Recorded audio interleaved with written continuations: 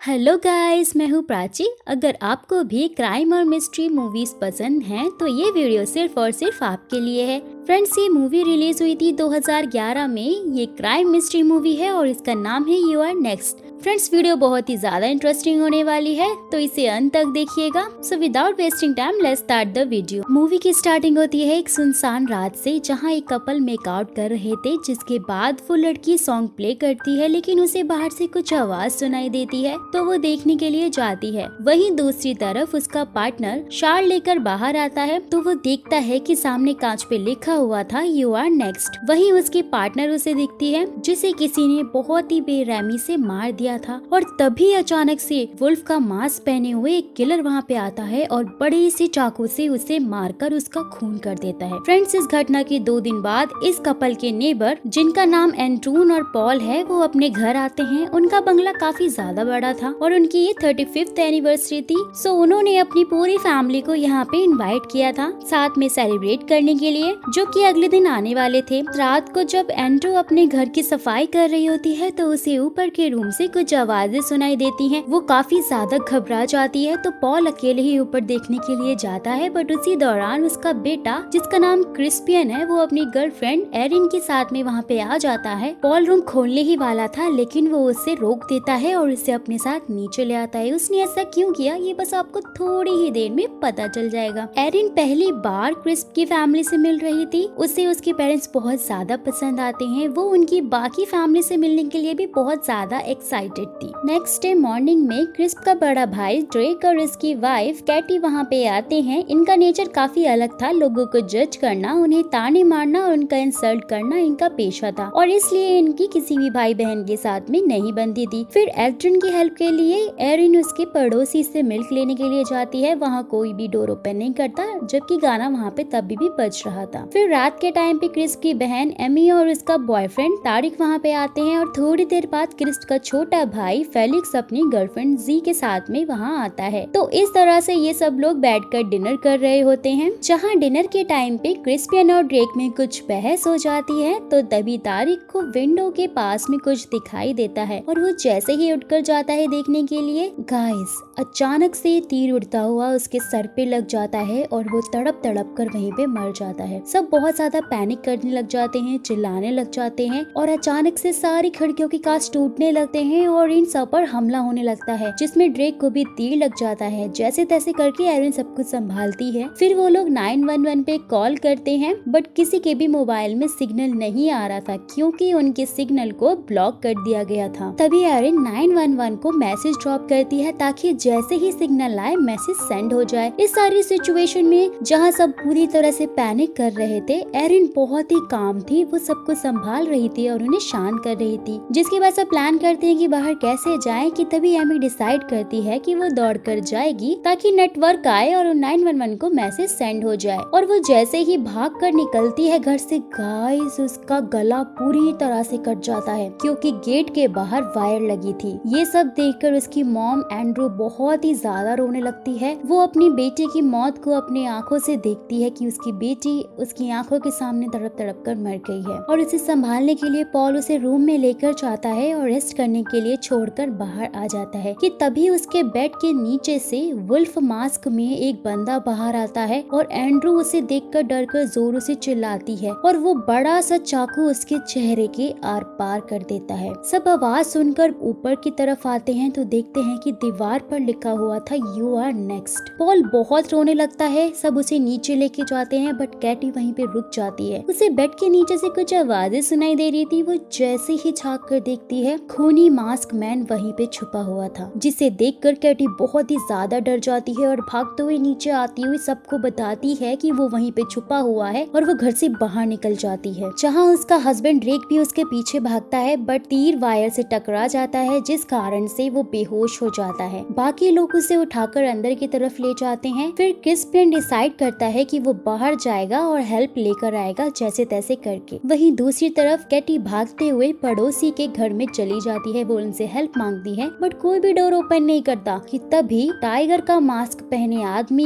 उसे पंच मारकर घर की तरफ फेंक देता है। वहाँ सोफे पे बैठा आदमी उसे दिखता है तो वो उससे हेल्प मांगने के लिए जाती है बट गाइस उसे देखकर पता चलता है कि वो तो ऑलरेडी मर चुका है। तभी किलर उसे कुल्हाड़ी से उसके चेहरे पे बुरी तरह वार करके उसे मार देता है और सोफे पे बैठ के मस्त गाने सुनने लगता है। वहीं दूसरी तरफ सिचुएशन को समझते हुए एरिन किचन से चाकू और नुकीली चीजें ले रही होती है कि तभी मास्कमैन विंडो तोड़कर केटी की लाश को अंदर की तरफ फेंकता है और वो खुद भी अंदर आकर एरिन को मारने लगता है बट एरिन बड़ी चालाकी से उसे उल्टा वार करती है। वो उसे लात मार के गिरा देती है और साइड में पड़े हैमर से उसे बुरी तरह मारती है और उसकी जान ले लेती है। गाइस फेलिक्स और जी भी वहाँ पे खड़े थे। उसकी हेल्प करने की वजह वो खड़े वहाँ पे देख रहे थे, वो कुछ भी रिएक्ट नहीं कर रहे थे कि तभी पॉल ऊपर के रूम में जाता है जहाँ उसे किलर के सामान पड़े मिलते हैं और उसे पता चल जाता है कि वो काफी टाइम से यहीं रह रहे थे और उन पर नजर रखे हुए थे। जिसके बाद फेलिक्स और जी वहाँ आ जाते हैं। पॉल उन्हें बताता है कि कोई जानबूझकर उनकी फैमिली को टारगेट कर रहा है कि तभी किलर पीछे से आता है और फेलिक्स के सामने ही उसके फादर पॉल का गला बुरी तरह से काट देता है। और गाइस यहाँ हमें ये पता चलता है कि ये दोनों भी किलर से मिले हुए थे। गाइस यहाँ पे टोटल 3 किलर थे। टॉम जिसने वुल्फ का मास्क पहना था और अभी अभी उसने पॉल को मारा है। क्रेग जो मंकी का मास्क पहने हुए था जो घर के बाहर था और तीसरा किलर था डेक जिसने टाइगर का मास्क पहना था और जिसे एरिन ने किचन के अंदर मार दिया। ये तीनों भी भाई थे। मंकी मास्क वाले किलर को अपने भाई की लाश किचन में मिलती है जिससे वो बहुत ज्यादा गुस्सा हो जाता है कि तभी एरिन वहाँ पे आती है और स्क्रू ड्राइवर से उसे जख्मी कर देती है जिससे कि वो वहाँ से भाग जाता है। तभी फेलिक्स और जी भी वहाँ पे आ जाते हैं और अच्छे बनने का ढोंग कर रहे होते हैं। तब एरिन उनसे पूछती है कि पापा कहाँ हैं, तो वो बोलते हैं कि पापा ऊपर रूम में रेस्ट कर रहे हैं, यानी कि वो एक तरह से झूठ बोल रहे थे क्योंकि पॉल तो ऑलरेडी मर चुका था। जिसके बाद एरिन ट्रैप बनाने के लिए प्लान करती है। ड्रेक और फेलिक्स बेसमेंट जाकर वेपन्स लेने लगते हैं बट तभी फेलिक्स ड्रेक को बताता है कि उसकी वाइफ कैटी मर गई है। ड्रेक बहुत ज्यादा इमोशनल हो जाता है कि तभी फेलिक्स अपने भाई के पेट में 4-5 स्क्रू ड्राइवर घुसेड़ कर उसे बुरी तरह से मार देता है। वहीं दूसरी तरफ जी एरिन से पूछती है कि वो इस सिचुएशन को इतनी अच्छी से कैसे हैंडल कर रही है, वो भी बिना डरे। तो एरिन उसे बताती है कि वो एक सर्वाइवर कैंप में पड़ी बली है जहाँ लोगों को इमरजेंसी में कैसे रहना है उसकी ट्रेनिंग दी जाती है। खुद के बचाव में लोगों को कैसे मारना है सब कुछ सिखाया जाता है, इसलिए वो इतनी ज्यादा शार्प है। तभी एरिन कील का ट्रैप बिछा रही होती है सारी खिड़कियों के पास जाकर। जब वो ऊपर विंडो के पास में जाती है तो वो देखती है कि पॉल की लाश वहाँ पे पड़ी है कि तभी वुल्फ मास्क वाला किलर उस पर हमला करता है। वो सीधा विंडो से नीचे कूद जाती है और भागकर स्टोर रूम में घर के अंदर ही छुप जाती है। वहीं मंकी मास्क वाला मैन उसका पीछा करते हुए घर के अंदर आता है। वो जैसे ही घर में घुसता है वो एरिन के ट्रैप में फंस जाता है। कील पूरी तरह से उसके पैर में घुस जाती है जिस कारण वो जोर से चिल्लाता है। जी फेलिक्स और दूसरा किलर वहाँ पे आ जाते हैं एंड गाइस यहाँ मूवी का प्लॉट रिवील होता है और पता चलता है कि पॉल और एड्रिन की प्रॉपर्टी बहुत ही ज्यादा थी बट जब तक वो नहीं मरते उनकी प्रॉपर्टी बच्चों को नहीं मिलने वाली थी और अगर उन्हें मिल भी रही थी तो काफी ज्यादा बंटवारा होता। इसलिए फेलिक्स ने प्लान बनाया कि वो सबको मार देगा और सारी प्रॉपर्टी हड़प लेगा। लेकिन गाइस यहाँ पे तो सीन पलट ही जाता है। किलर फेलिक्स को ही मारने लगता है क्योंकि इन सब चक्कर में उसका खुद का भाई मर गया था बट फेलिक्स उसे डबल पैसे देने का प्रॉमिस करता है, इसलिए वो उसे छोड़ देता है। और ये सारी बात एरिन सुन रही होती है। उसे सारा गेम अच्छे से समझ में आ जाता है कि तभी एरिन का फोन बजता है। जो टेक्स्ट उसने पुलिस को भेजा था वो डिलीवर हो गया था और इस आवाज से सबको पता चल जाता है कि वो वहीं पे छुपी हुई है। किलर उस पे जैसे ही अटैक करता है वो उसे ढकेल के घर के बाहर भागकर दूसरे दरवाजे से घर में घुस जाती है। जी फेलिक्स और किलर जंगल की तरफ भागते हैं क्योंकि उन्हें लग रहा था कि एरिन जंगल की तरफ गई है। एंड फ्रेंड्स दूसरा मास्क मैन जिसे एरिन ने घायल किया था वो वहीं पे घर पे रुका था और एरिन को जैसे ही वो मारने वाला था एरिन चाकू से उसे मारकर वहीं गिरा देती है। फिर एरिन मेन डोर पर एक ट्रैप सेटअप करती है जिससे जैसे ही किलर डोर खोलेगा कुल्हाड़ी उसके सिर पर गिरेगी और वो वहीं पे मर जाएगा। जिसकी कुछ देर बाद दूसरा किलर विंडो से घर के अंदर आ जाता है और एरिन का ट्रैप यहाँ फेल हो जाता है। जिसके बाद वो बेसमेंट में छुपने के लिए जाती है और सारी लाइट्स फोड़ देती है और कैमरा को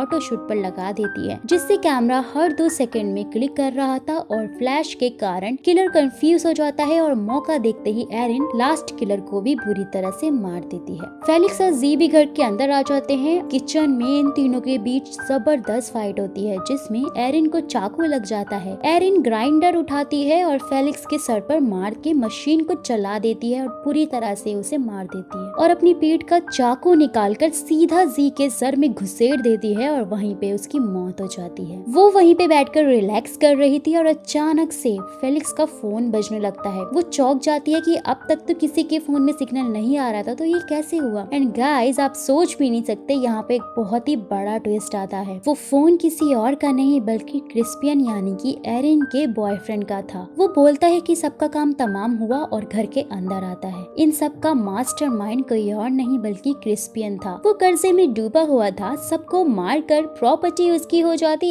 इसलिए फेलिक्स के साथ मिलकर उसने ये प्लान किया था। एरिन बहुत ज्यादा शॉक थी और रो रही थी। वो उससे पूछती है कि तुम मुझे भी मारने वाले थे, तो वो कहता है कि नहीं, तुम्हें गवाही के लिए जिंदा रखना था ताकि पुलिस को तुम ये बता सको कि यहाँ पे कल्ट के लोगों ने हमला किया था और इसलिए उन्होंने नेबर्स को भी मार दिया ताकि पुलिस का शक क्रिस पर ना जाए। बट गड़बड़ तब हुई जब एरिन सेल्फ डिफेंस मोड में आकर किलर को ही मारने लगी और सबको बचाने लगी, इसलिए किलर उसे मारना चाहते थे। और अगर वो इस सिचुएशन में नॉर्मल लड़की की तरह पेश आती तो वो शायद बच जाती। जिसके बाद क्रिस उसे कहता है कि जो सब हुआ वो तुम भूल जाओ, हमारे पास बहुत सारा पैसा है और शादी के बाद हमारी लाइफ बहुत ही ज्यादा अच्छी हो सकती है। लेकिन एरिन जानती थी कि जो आदमी अपने पेरेंट्स को मार सकता है उसके सामने गर्लफ्रेंड क्या चीज है। उसके हाथ में जो चाकू था वो उसी से क्रिस्पियन पे वार करती है और पूरी तरह से उसका खून कर देती है। बट गाइस, पुलिस उसे देख लेती है और किलर समझकर शूट कर देती है। एरिन को गोली लग जाती है बट स्टिल वो इशारे से कहती है कि अंदर मत आओ, लेकिन पुलिसमैन उसकी बात को समझ नहीं पाता और वो जैसे ही मेन डोर खोलता है